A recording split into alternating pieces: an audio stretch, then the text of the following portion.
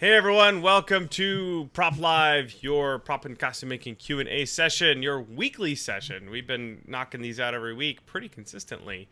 This is the pre-Dragon Con, pre-PAX Crunch episode with our buddy DJ, goes by Jechts on the internet. Hey, how you doing? You working on stuff right now? I am, yeah. I'm in the shop, surrounded by my orange armor that will hopefully be awesome and medieval and stuff. That's cool. Is So, it the foam itself? Is it orange? yeah, it's this weird I don't even know what it was. There was a convention up in Seattle that a friend grabbed, just like 200 sheets Wow. of this orange foam. It cuts pretty similarly to the normal like Pro Source brand off Amazon, but it's weird seeing orange all over my shop as opposed Yeah. to. Is it gonna end up orange or it's just gonna all be painted? It's all going to be painted. Of course. Even on the inside and stuff. If I looked down and I saw orange, I'd have a heart attack. Yeah. I think at some point I would love to go and get as many different colors of foam as I could and make a full set of armor without painting it. Just make it all different colors. Someday. Hey, gang, for those of you guys who are not in the know, this buddy here, a fellow Pacific Northwest costume guy, goes by Jechts. You should go check out his page at facebook.com/Jechts. How long you've been diving into this whole cosplay thing pretty wholeheartedly in the last year or two? Yeah, I made my first armor and props 3 years ago, and I cosplayed like once or twice beforehand, but it was more like buy the right pants for Malcolm Reynolds for Yeah. Firefly, and then after I made that armor 3 years ago, I started looking into it a little bit more, and then like a year and a half ago, I kind of found this whole cosplay community. I was like, whoa, there's this whole group of people that are like actually talking about how to do techniques and stuff. What? I don't have to just only use expansion foam Right. and this thing called Wonderflex. There are like other techniques and stuff, and so then I got super entrenched and like hyper into it because of just the community around it. Yeah, and you're a Blizzard fan, I know, for sure. Yes. Pretty obsessively. People have probably seen your Zarya costume with that giant gun. It's hard to miss. You had it at Emerald City Comic Con. Yeah. What you want to give us a quick rundown on how you put together that sweet thing? Sure, yeah. I have it sitting over there. Let's see if I can fit it on my desk. But basically, I made a blueprint in Illustrator based off the reference kit that came out before Overwatch even launched, because Blizzard's awesome about that. Made my blueprint, printed it all out on like 4x3 sheets of paper, then cut it down, and then use that 2D size scaling to sort of start building out 3D pieces. So there's a PVC skeleton running through. I'm just gonna get it. Yeah. I also want to note that you've got a really great video showing a lot of it off. Hey, look at that. It's a little big from where I put the camera. Yeah, there's basically a PVC skeleton running through everything, and then each of these like blocks are XPS foam because I wanted something rigid, sculpted down, hand sanded, and then wrapped with black Worbla, and affixed to the skeleton and to itself.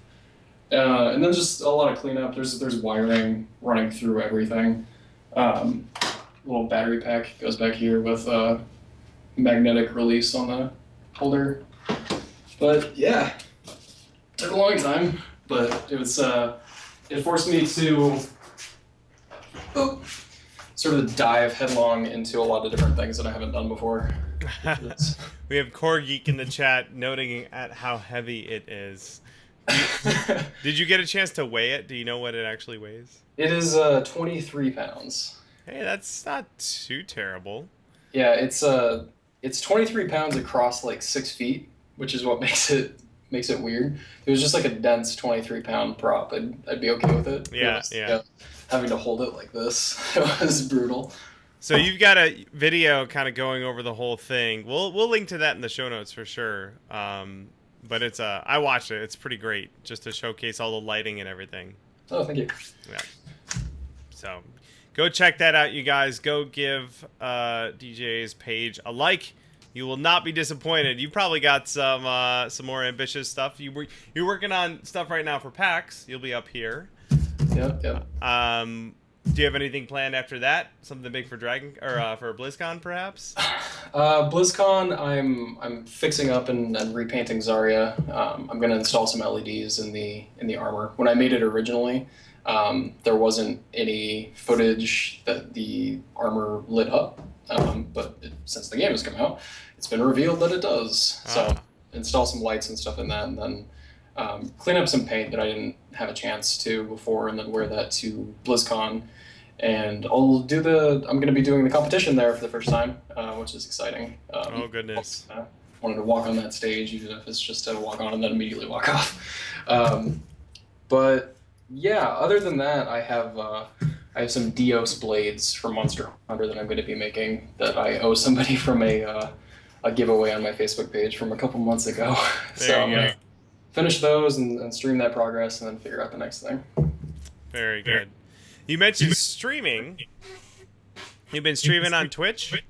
A bit, yeah. It's been a little lacking since I just moved into a new shop space and I'm crunching right now. But when things lighten up a little bit, I want to be better about streaming because it's a lot of fun when I actually do it. It's just I need to clean up everything and. Cool. All right. Well.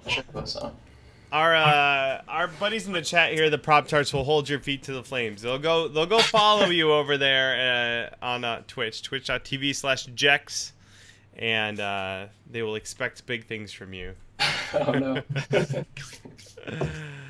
Awesome. So what are you bringing to PAX then? What's the plan anyway? Yeah, PAX. I'm bringing Lorian. I have a couple pieces of it here, but it's this thing back here maybe. Yeah. And the cool thing that I got to do with this build is the prop for it, which pull this out real quick. Because I haven't got a chance to make a walkthrough video on this, but this was a big experiment on Epsilon, which Eric is a fan of. Oh yeah. Kind of put me onto it. But basically, these are the airbrushed and finished up halves of the sword. There are two of these, and they are split in half like this. And so one seats the battery and has LEDs running through it, and the other attaches to it via a magnet seal. So the end result, the lights like that. Ooh. Like that. And then the other piece, I think I caught a ruler with my magnet. I see that, yeah. Basically it goes on like this. Oh, it's so shiny. Yeah. So that's the thing that I'm excited about with this build. The armor is basically just so I can walk around with this and feel good about it. I like that. I like that the armor is the accessory to the showcase. Yeah, exactly.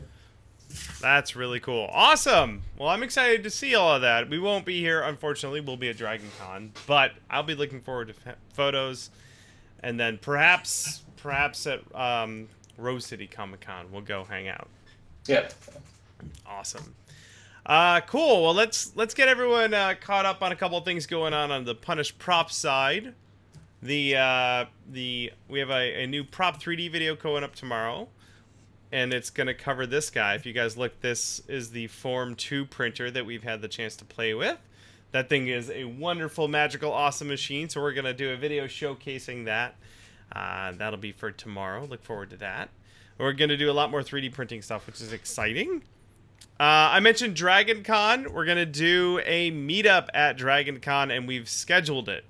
So the Friday of Dragon Con, in just 8 days from now, at 5 p.m. on the 10th floor in the Marriott. That's the Skyline level in the Marriott. So it's Friday at 5 p.m. We're going to hang out there for a little while, and then Frank Ippolito has a panel at 7 p.m., and we're planning on crashing it. It's going to be awesome. We're just going to take everyone for the meetup and just go to Frank's panel. But we have an event on the Punished Props Facebook page. Head on over there for all the details. Let's see. Next week, this show will be on Wednesday, because on Thursday, we're flying to Dragon Con. So we're still doing the show. It'll just be on Wednesday. You'll get to hang out with me and Britt. And then that's it. That's all I've got, because I have to just go make more videos before Dragon Con, because I'm a crazy person. I am not finishing. We are doing some costumes. Nothing as ambitious as what you've got going on behind you there. Most of our Dragon Con costumes that we'll be finishing this week are funny, casual, like late night costumes. But we will be bringing the Mechanist is hiding down there. We will be bringing the Mechanist and the Assaultron to Dragon Con, which should be really fun. All right. DJ, you ready for some questions? I'm ready. All right, I can tell. Let's see here. Zay wants to know specifically to you. I know you plan to do a walkthrough for your Lorian costume when you're done, but I'm not sure if it will be out in time for what I need to do. I'm struggling to hide a power source strong enough so that when the service area needs to be lit up on a really thin prop. Oh, I think he's talking about your sword. Your sword is a perfect example. What type of lighting and power did you use for it, and where did you hide it? Oh. So, let me just grab it real quick. I'm a huge fan of these XT power supply battery packs, because they have really good staying power, and they can switch between 9 volt and 12 volt. I think Coregeek actually recommended this in his lighting tutorial video, but they look like this. Not too thick, but their staying power is really strong. So I have one of those hidden in this sword right there. You can see the sword isn't super thin, but it's, you know, a sword. It's thinner than most props that I've done so far. My magnet seal, it's working well. Alright. So basically, this other half out of the way. This is where most of the lighting is in this sword. Mm-hmm. So something that could work well, or could work for yours. It's sort of hard to see, but there's a steel rod running through the handle, through to the end of near the end of the sword. The other side also has a steel rod running through, and so basically it sandwiches the battery pack right here. Very cool. Uh-oh. Rod, and then depending on whatever form you're using, like put it in permanently with Epsilon like I did, and it becomes part of your secure structure. It's really dependent on how thin your prop is going to be, though. But basically, it's battery right split in the middle of this hollowed section, and then LEDs running all throughout. Then do you just plug it in to turn it on? Yeah, there's a power button on, okay. on the actual battery pack, which is nice. But I also have, my remote is hidden from me. But I have 2 RF receivers in here that I can oscillate the lighting effects and turn down most of the lights right now to a full off without having to take the sword apart, which is nice. I can put another resistor in and then go full off. I just haven't yet. So. That's really cool. I'm gonna buy some of these. I like that it's got 5 volt out for USB, and then it's got a DC out for both 9 volt and 12 volt. That's freaking awesome. Yeah. And it's $60. That's not terrible. And you could use it to charge your cell phone too. Exactly. Yeah. I have 1 or 2, maybe, that I've shorted in the process of making the prop. Because I used it to test my circuit as opposed to going to an in-between like you're supposed to do, but it can still charge my phone, so hey, all right. Changed use. Very cool. I have something similar. One of these guys here, and it only does 5-volt out for cell phones. But if you have a circuit that'll run on 5 volts, you could use this too. I only use it to charge my phone, which is silly. I could do so much more. But these things are great. I could go for a week on this thing charging my cell phone when I'm traveling. Or probably run the lights in your sword for about half an hour. Awesome. Really good question. Let's get another one. That was Zay. Thank you very much. Hopefully that was exactly what you needed. Let's see here. Oh, Side 7 Props says, I've seen you and some other product makers I watch use metal cube-like weights to hold down patterns when you're cutting or tracing. I can't find them anymore. What are they? Do you know what these are, DJ? Or am I going to blow your mind? I think you're going to blow my mind. All right. These There's are a lot of tape, so... These are called 123 blocks. Engineers use them. If you just look up on Amazon 123 block, you'll see a whole crap load of them. They are just hunks of metal that are 1 inch by 2 inch by 3 inch, used for engineering. And I really just use them as weights, but you can, like, I guess, attach stuff to them with screws. Or you could use them as a straight edge or use them for quick measurements. But I really just use them to weigh things down. And I got a pair of them on Amazon for $16. I bet you can find them cheaper, though.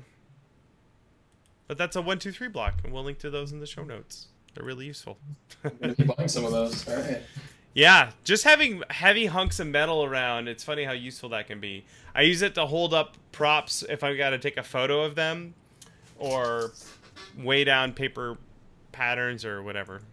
I could use more too. Yeah, there you go. 123 blocks. Thanks for the question, Side 7 Props.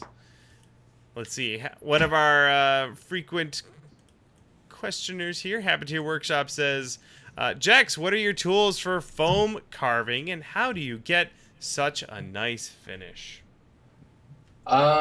It depends on the foam, I guess. I would say for EPS.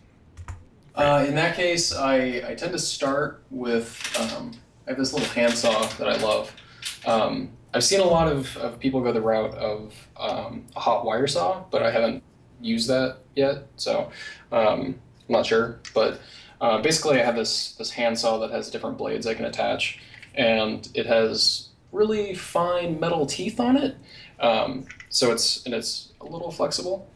So it works really well to cut the first form. And then beyond that, I just like to do a lot of hand sanding and sculpting down from the core shape after I've clipped the edges and stuff, and it's starting to look roughly like whatever I want it to look like, with just 60 grit sandpaper, and then working up to 220 and stuff from there.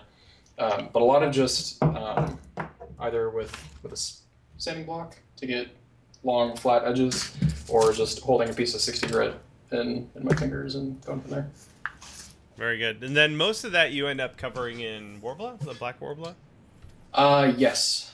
I didn't do that with the sword because that's all Epsilon. But I think the only great solutions that I've seen are going to be using it as a structural base for Worbla. Epsilon now, depending on the application. And then I think that there are types of gesso that can work on that type of foam, but I haven't used it before yet. Right. If you're going to put anything on foam like that, if you're not sure if it's going to eat it or not, like spray paint, it's a good idea to brush some acrylic paint on first, and then if you're going to put fiberglass over the top of it, or spray paint, or some other chemical. You don't want to sculpt it all nicely and then spray paint it and have it turn into the faces of the Nazis at the end of Raiders of the Lost Ark. Yeah, specifically with that type of foam, I've had a test strip more often than any other build. It's like, oh, I'm going to apply this type of glue or this type of chemical or this type of paint on top of this, and just always running it on a test strip because so many things melt it. So. Yep. Good, good, good. There you go, Habiteur Workshop. Thanks for the question. Next one comes from EJ. This is similar similar thing. How did you make the patterns for the boots for your Mechanist cosplay? That was the one I did, and I did the patterns out of EPS, normal insulation foam. I glued a bunch of layers together, and then I sculpted the shape out of like a solid block of foam, and then I wrapped that in tape. And then I drew seams on it, and I cut it apart, and then I used that to make my patterns. I did that similarly for the helmet of the Mechanist. We have a video of that. We'll throw that in the show notes. But I only did half of the helmet. I could have done just half of the boot. I don't know why I made the whole thing, but I don't know. Glutton for punishment. But I just did the same thing you did. I used a saw to rough away most of the shape, and then lower grit sandpaper to shape it down until it was nice and smooth. But then to make it hollow, I made a pattern, and then I used that pattern to make EVA foam boots. So, there you go. All hail the extruded polystyrene foam. Thank you, EJ. Dungeoneering Duo says that he's a huge fan of Jechts and his builds. Aren't we all? We are all big fans. He's working on a McCree robot hand from Overwatch, and he wants to know how you went about wrapping your Genos? G-E-N-O-S. I don't know that one. I know which robot hands he's talking about. How did you wrap your... how did you do it with the black Worbla, basically? I'll go find a picture. So most of that was EVA, as opposed to any sort of rigid foam. Mm-hmm. Depending on what you want your end application to be, with like having slight level of flexibility or something, is tending to be how I choose to use either EVA or an XPS or something. This needed to be in like complex shapes like this. Uh-oh, your entire costume toppled. That's fine. But yeah, armor, thin EVA. So for the Genos arms, they were all EVA and craft foam for the finger bits. And then I sandwiched, not full sandwich, I can't remember the actual method. It's when you like roll over the tabs. So the inside, the EVA was still exposed. And the reason I did that was because I wanted to take a Dremel and hollow out valleys for the LEDs to go through. So if you have LEDs running through your McCree arm, I can't remember if he has LEDs at all, something like that would work well. Just the outer layer, and then wrapped in, and then formed tight, and then hollowing out placements for your LED strips, however you want to keep them in there. Yeah, and the foam that you used was probably about 1/2 inch thick, I would guess? Or did you use the thinner stuff? Yeah, it started at 1/2 inch, and then I belt sanded it down a bit more. But that gives you enough room to, like you were saying, carve a nice trench to put those LED strips. Yeah. Yeah. Awesome. By the way, too, guys, if you haven't gone over and checked out DJ's Facebook page, he's got lots and lots of progress photos of all the stuff he's worked on, so you can see that giant sword. I was just showing some of the pictures of your arm build there, so if people want to check that out, it's absolutely worth it, so you can catch that goodness as it happens. All right, cool. That question, let's see, that one came to us from Dungeoneering Duo. Good luck with your McCree robot hand. I want to make a robot hand. Man, robots are the coolest.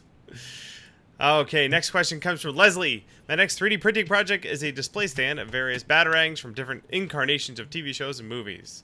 But not Batman Forever or Batman and Robin. Clearly, you gotta draw the line.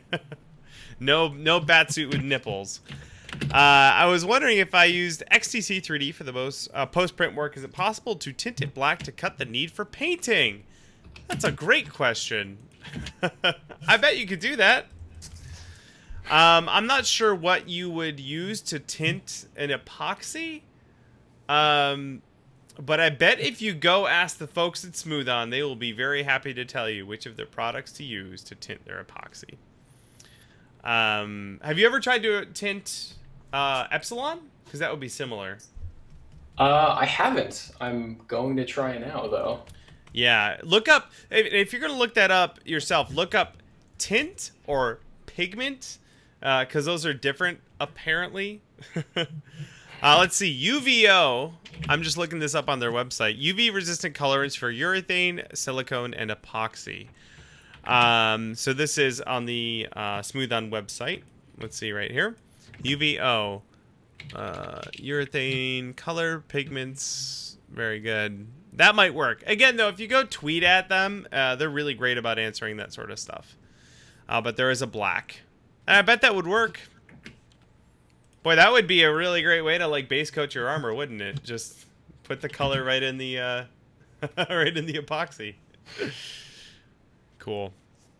All right, yeah, give it a try. And I'll tell you what, too, Leslie, if you give it a shot, let us know how it turned out. I want to hear. Just color tint everything before you apply it. Absolutely. Your latex, your epoxy. Yeah, we do that with latex, and you can just put acrylic paint in there, which is awesome. Let's see. Oh, my goodness. Leslie also says, speaking of latex, 2 pounds of poly latex 60 costs $440 to ship it to Australia. Oh, no. Curious about the qualities, the material qualities of the stuff that Polytech does. Well, I'll tell you what. The specific stuff I use, I'm wondering if you can look up the material. Poly latex 60. If you look up the material, it may tell you specifically what it is. Maybe not. I can't remember. But you may want to contact Polytech and see if they have a distributor in Australia, or if they can recommend a similar product. Just let them know that $440 for shipping is a bit beyond your beyond your means. All right, so good luck. Good luck on your quest for more latex. Thank you, Leslie. Next one comes from Josh. Jechts, what medium do you use most often in crafting your cosplays, and why? Do you have a favorite? A lot of foam. Foam work just because it's so flexible. It's hard to say which one I use the most anymore. I kind of started with Wonderflex because it was literally the only thing that I knew about, and I didn't know anybody that did cosplay. And then it started going into foams, and then I discovered Worbla, and now with Epsilon and stuff, it tends to be just whatever will work best for whatever kind of prop or armor I want to make. All of the times for armor that ends up being EVA. Maybe wrapped in Worbla, depending on complexity, maybe not. And then for props, because they tend to be rigid, it's tending to be largely the XPS pink insulation foam. Just because sculpting it down to the proper shape and cleaning it and everything is a nice medium. There you go. We like foam too. Although I will say, we in our shop we usually say every costume ends up being a mixed media project. So don't feel like you have to be chained to one material or another, and always experiment. Always try new stuff. That question came to us from Josh.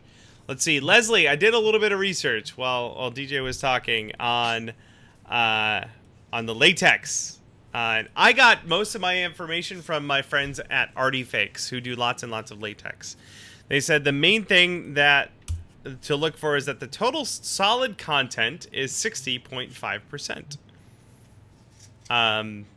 Let's see here. There's a whole bunch. I have a whole bunch more technical mumbo jumbo, but it's a latex. Yep. Total solid content, 60.5%. I don't know what that means, but that's what I was told. The best thing you can do is if you find some sort of latex locally, get small samples and try it out. See how it turns out. So again, good luck. All right, next one comes to us from our buddy Venger. He says, considering your success with the Mr. Handy robot, is there any hope of you 3D printing a Dwemer Centurion? A sphere or a spider from Skyrim? It seems a bit daunting to me, who has never 3D modeled something before. You know what? That's not on my list of things yet, but I'm adding things to that list every day. Unfortunately, that means that list gets bigger every day, and I never finish all of it. So I wouldn't hold your breath. I imagine in the time it takes for me to finish that project, you could probably become a world-class 3D modeler and have it finished yourself. Oh, boy. I don't know about you. I have a good question for you, DJ, actually. So I go through periods of time where I'm obsessed about one particular type of thing. So small things like my little robot or like my little RC car that's hiding behind me here. I'm kind of like model making has tickled my fancy right now, and I'm kind of enjoying any small things. Do you have any type of technique or like particular type of project that's really appealing to you right now? I tend to do, and instead of going in cycles of like being really into a lighting build or being really into like wanting to make something out of Worbla and doing like adornments or something small, I tend to like find one of the many characters I really want to make that happens to align with me having to do something I've never done before. That's good. And so every build ends up like, oh, here's this lighting technique that I'm going to have to, I think is going to be way easier than it's going to be, and it's actually going to be super hard and time consuming and awful, but I'm going to end up learning a bunch from it. Then this next build, it's like, oh, this is, I want to have this hollow thing that shows light through, so I'm going to have to use Epsilon for the first time. And so I kind of keep myself engaged on each build because each one makes me feel like I don't know anything. Yeah. Which is nice and bad sometimes, but yeah. You know what? That actually feeds well into our question because Venger here is not confident in his 3D modeling skills. But I'll tell you what, you commit to getting one of those things built, then it will be, like you said, it will be a painful process. But at the end of it, you'll know how to do it. Yeah. There you go. So pick a small part, maybe like a knuckle, like a finger or something. Just do that. And then build from there, expand from there. Okay, good luck, Venger. Next one comes from ArcFab. I usually seal my foam armor and props with spray cans of Flexi Seal or Plasti Dip, but lately it has started to crack while it dries. I thought it could have been just a bad can, but I've continued to have the same problem. What could be my issue? Have you ever seen this before? Any advice on fixing it? Have you done much with Plasti Dip? Yeah, my Zarya armor is all sealed in Plasti Dip. I haven't noticed any. I sealed that 11 months ago originally, and I haven't noticed any cracking or any like rubbing away of texture or anything in the corners, the like flex points or anything. It's held really, really well. That may be happening. I don't know if you've seen this before, Bill. If you didn't do quite as many coats as you could have, because like Plasti Dip just sucks into the foam. Mm-hmm. And so if you stop that process a little bit early, then it won't have sucked in and cured and sealed as much as possible. Yeah. Something that might be an issue with spray cans is humidity where you live. I don't know if that is the case, but if you do live in a very humid area, then that can be a tricky thing to handle when it comes to spraying paint. So consider that as well. But I've never had that happen with Plasti Dip. I've used it quite a few times, and it's always gone on pretty well. I tend to use a lot of it, though. So, like my Shaxx helmet, I did that. I probably put like 7 or 8 spray good layers on there. So, there you go. That's everything I know about Plasti Dip. I know that Evil Ted will sometimes put down Mod Podge first and then Plasti Dip. So maybe try something like that. Give your Plasti Dip a nice solid base to sort of cling to. A couple things to try. Good luck, ArcFab. I don't know about you, but whenever I've had a material that's not acting the way that it has in the past, boy, that's frustrating. They've had that a few times, unfortunately. Yeah, anytime. A friend of mine on Facebook was just talking about that with silicone, and it's a platinum cure silicone, and it can be really finicky, and you could use the same silicone to cast the same thing a bunch of times, and then just one time it doesn't cure all the way, and you're like, nothing changed.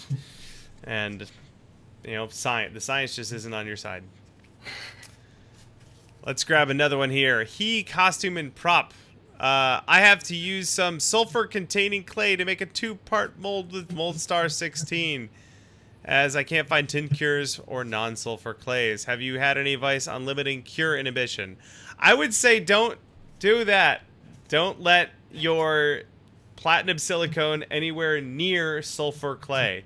Same thing with latex gloves. Don't wear latex gloves when you're using platinum silicone. It will ruin everything. Don't keep them in the same room. And I mean that, like, not even joking. Keep latex gloves in a different room than your platinum cure silicone. If there's any particles of latex in the air, they will cause curing inhibition and thousands of tears. Have you done much molding and casting yet? I haven't. That's the thing that I want to do. Yeah. I think I'm going to force myself to do on the next project. All right. Well, don't use clay with sulfur in it, and especially don't use that with a platinum cure silicone.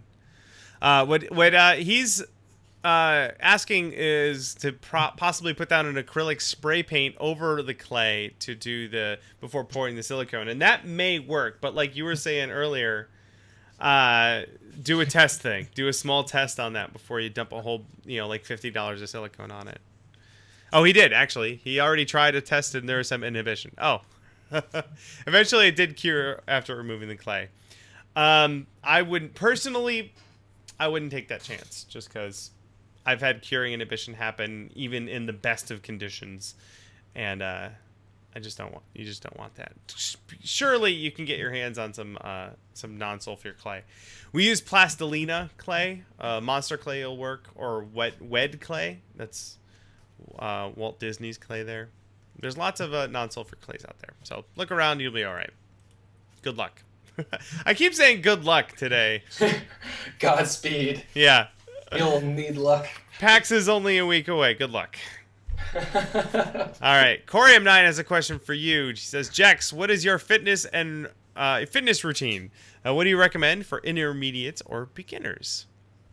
That is tough. For beginners, need if you're doing weightlifting or something, need a very specific sort of schedule.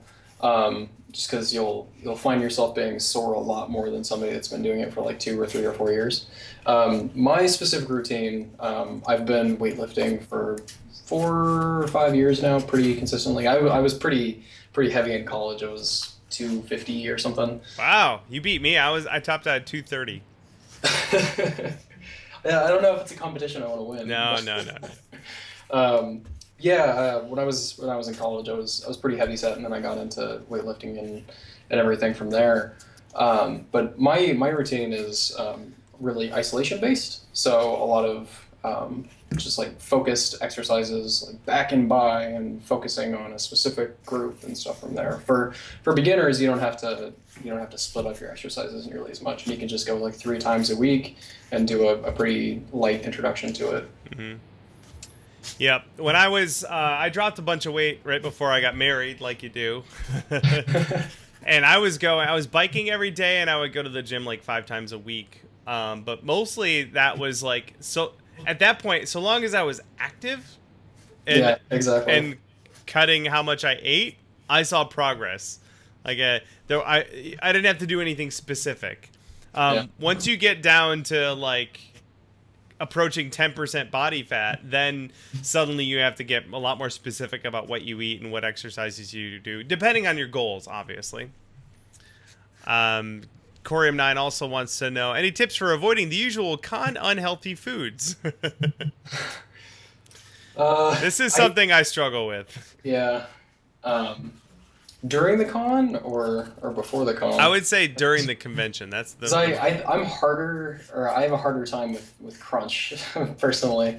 Whereas like I'm down in the shop and I just need to walk upstairs and like get a protein bar or 7 and then come back down and keep working. I've been known to pre-pack meals and stuff that way, and only let myself splurge on like gathering dinners and nights with friends. I'll tell you what we do is, and the trick is, when you're out at the convention, especially if you're in costume, you may be in costume for like 7 straight hours, and it's physically impossible to eat. Like, you have giant robot arms, and you're like, oh, this is fine. I'm staying thin because I'm not eating. And then you take your costume off, and as soon as your hands are free, you're like, what can I put in my face? And then you overdo it, and then you eat. So what I say is, during the day, when you're running around in costume, just eat something. Have a granola bar or a protein bar or something on you that you can cram in your face to keep yourself from splurging later. And then my rule is, if I splurge, and I do, but if I do, it better be good. It better be worth it. Because I've done that before where I'm like, I'm going to splurge and have pizza, and I get like pizza at the convention, and it's just the worst pizza ever. Yep. And I'm here just mashing my face full of cheese and carbohydrates going, this is terrible. Why am I doing this to myself? If I'm going to eat pizza, it better be really good pizza. So that's how I do it. We have a couple of people in the chat too pointing out their own fitness goals. That's good. keep it up, you guys. And then Rocket Man is asking for places to go for delicious Seattle food while he's in town. Boy, there are a lot of good places to eat in Seattle. Have you visited any good places while you've been up here? Most of the places I've been to have been around the convention center. Yeah. Just because I'll go and I'll park my car and I'll leave it wherever it's parked for like 5 days, and so there are some pretty good places within like a 6-block radius of the convention center. Underrated place. I hope it doesn't become more busy because people start finding out about it. But it's Blue Water tacos or burritos. Oh yeah. Yeah, it's just a couple blocks away from the convention, but it's always a lot less busy than everywhere else. It's really good burritos. Blue Water Taco Grill. Yeah, They have a couple locations. I've been to one of those, and they are top notch. You know what's funny? I don't know why. I mean, I love Jimmy John's. I'm just throwing that out there. They're some of my favorite sandwiches. But our Seattle convention routine is to go get a sandwich at Jimmy John's. But otherwise in Seattle, there's lots of other great places. Tell you what, one of my favorite meals in Seattle, if you go to Vula's, which is a diner in the U District, so it's kind of far away from downtown. Get their smoked pork Eggs Benedict. That's one of my favorite meals in Seattle. It's an Eggs Benedict, but instead of a disappointing slab of ham or Canadian bacon, it's got amazing smoked pork on it. That's one of my favorites. I don't know, but you can throw a rock and hit a place that's good to eat. All right, enough with food. I'm really hungry right now. It's time for dinner. Thank you, Corium9. Another one from Side 7 Prop, or was that? Did we already have? Yeah, Side 7 Props. We've seen Evil Ted's awesome video on how to make foam spikes with a square base. We're working on something that needs a couple of spikes with rounded bases. Do you have any tips on how to accomplish this? Have you done anything spiky? I've done things that I would use the techniques on. Basically, I'd sculpt it. So I don't know if you'd want. It would depend on what your end seal would be. I always try to think of what I want the properties of the end thing to be, and then work backwards for materials and techniques and stuff. So if you just want this rigid spike, then sculpting comes really easily to insulation foam because it just falls away. That'd be really nice. You just toss on toss together 2 sheets of XPS foam with Super 77, and then cut out your rough shape, and then just kind of sculpt it down. If it needs to have some play because you're going to Plasti Dip the whole thing and you don't want to seal it in Worbla and have this rigid spike, you can sculpt down EVA just fine as well. The end result isn't as crazy smooth in my own experience as specifically smoothed Worbla, but you can still get really well with sealed and you can do if you carve it out of a insulation foam, you could also make templates off of that and then use that to make your spikes out of EVA foam. Like again, like you said, if you need it to be squishy and not pokey to hurt people. There you go, Side 7 props. A couple things for you to try. I tell you what, if you want to get really crazy, this is what you do. Occasionally, like, I want to encourage people to try more advanced techniques, all right? So this is what you do. You buy a lathe.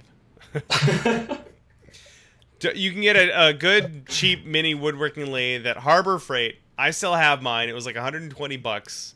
I haven't broken it yet, and it does the one thing it needs to do.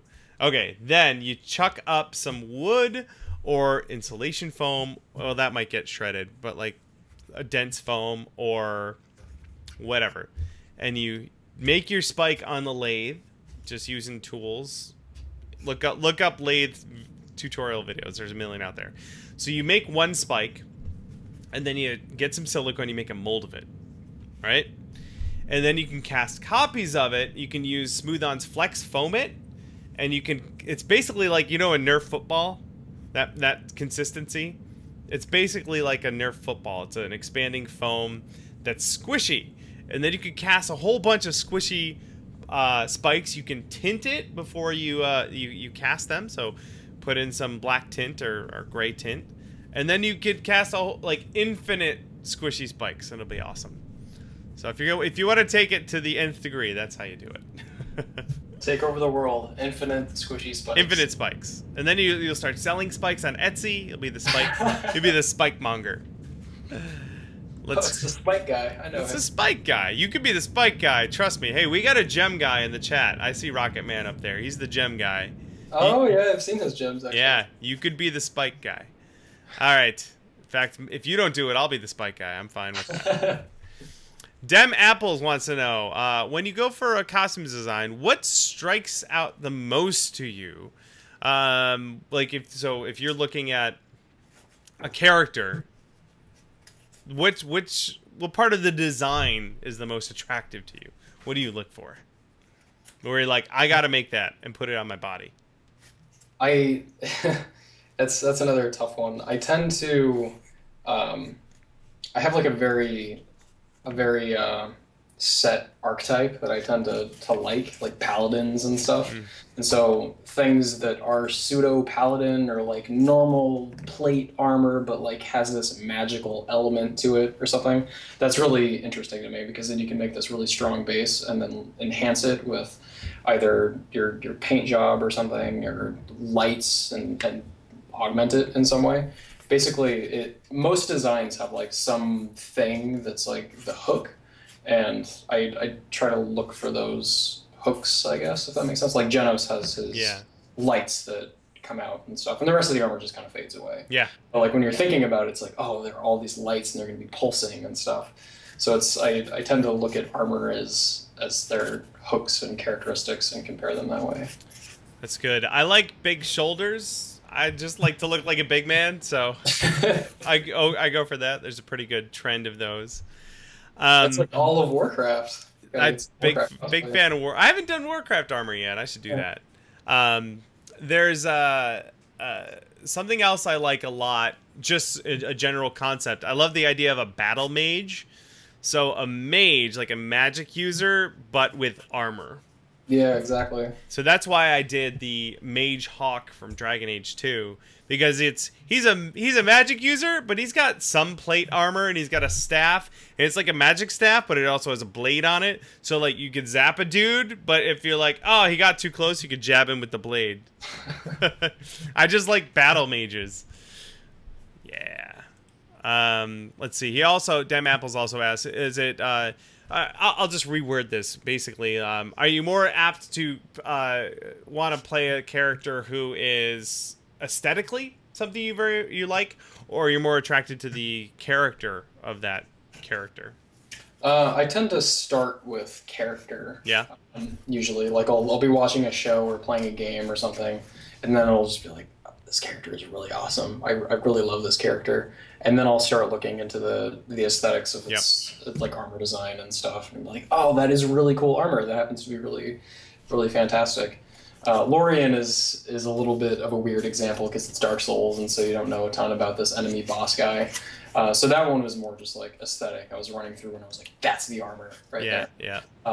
But usually, if I'm watching a show or something, I just like, I love this character so much. I need to make it, kind of thing.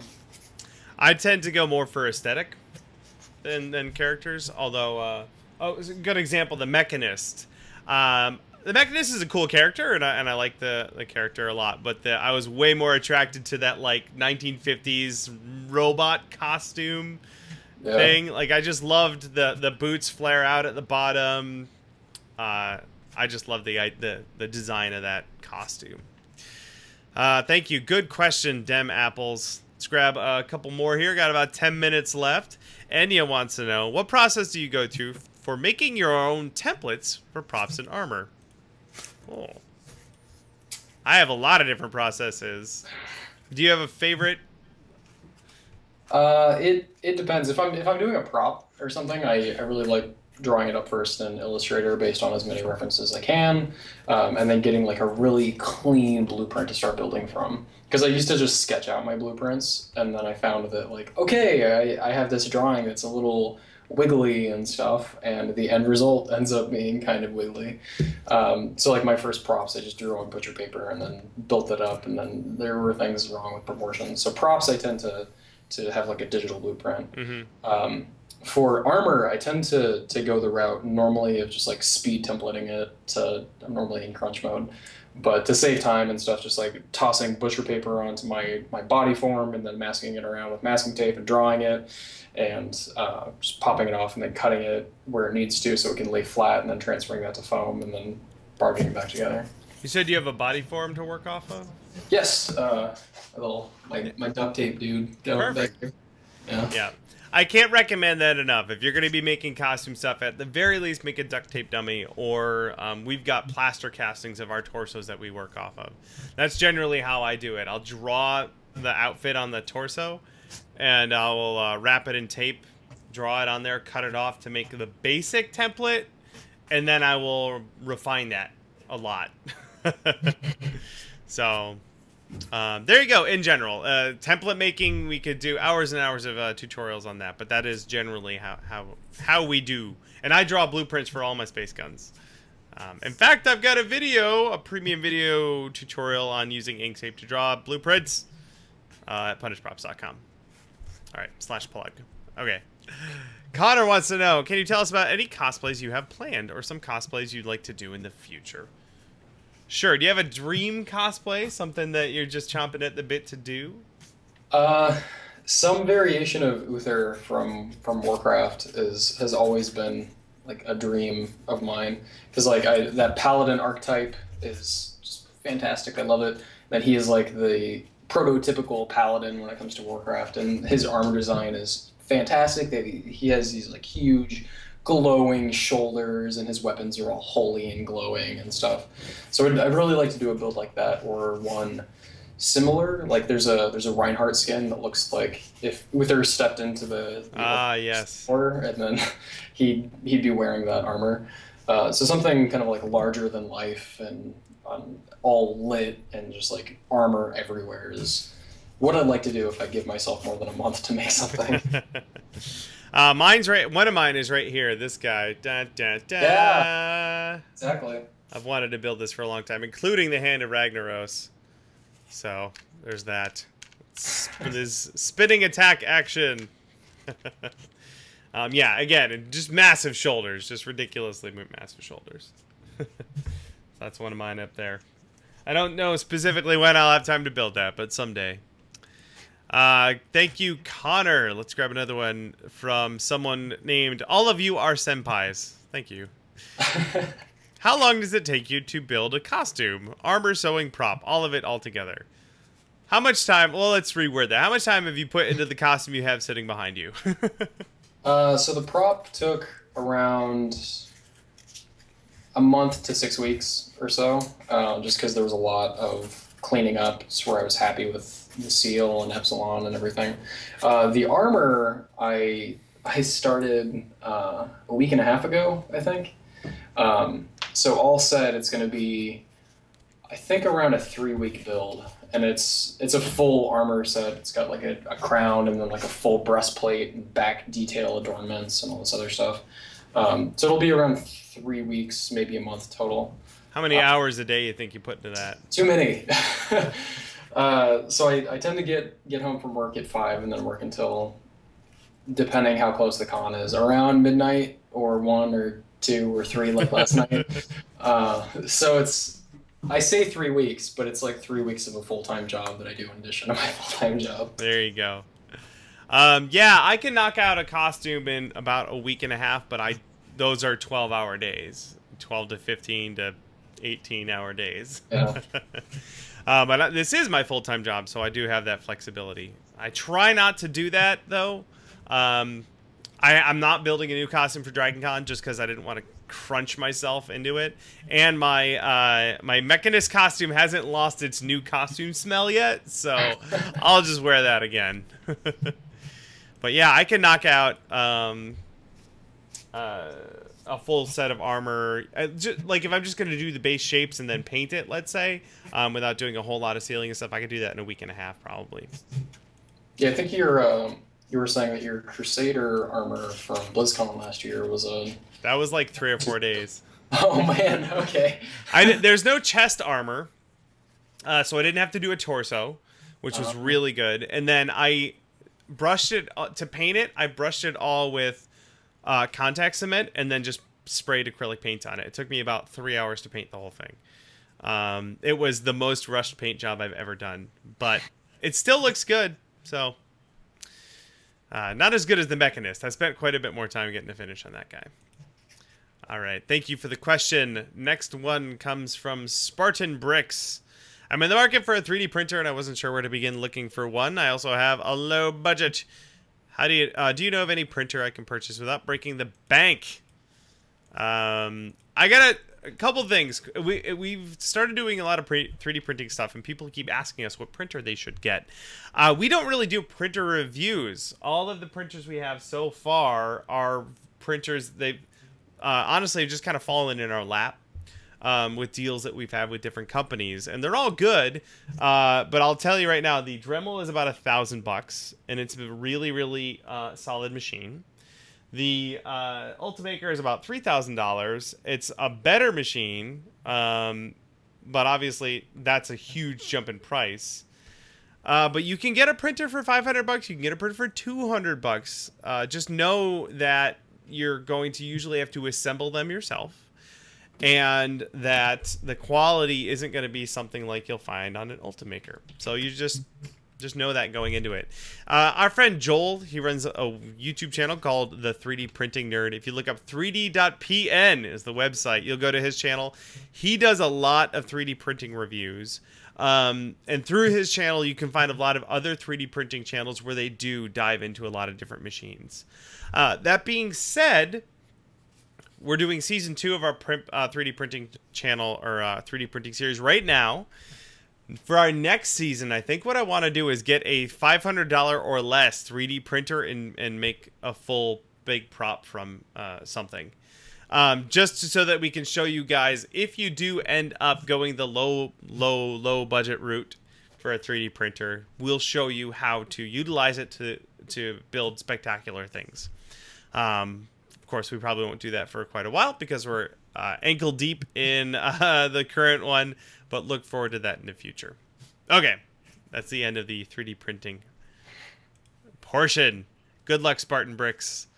Go out there. Go watch Joel's videos. He'll help you out. Lucid Ghost wants to know, how would you suggest I make a life cast of my torso? Do you want to tell us how you put together that, or had someone help you put together your duct tape dummy? Yeah, so have a friend help you, if you go the duct tape dummy route. Yep.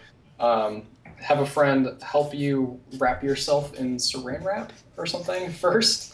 Some parts didn't have saran wrap, and the duct tape is not great to come off without it.